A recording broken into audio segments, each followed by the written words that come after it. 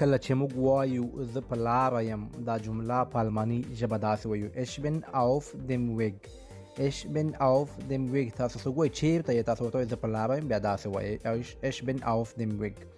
که موږ چاته وایو زر راځه بیا دا جمله په الماني ژبه داسې وایو komm schnell وایي زر راځه. که دوستانو موږ وایو یو ساعت کې درځم دا جمله په الماني ژبه څنګه وایو؟ تاسو په کمنټ کې ولیکئ، که غلطه وي زه به درته صحیح لیکم په کمنټ کې.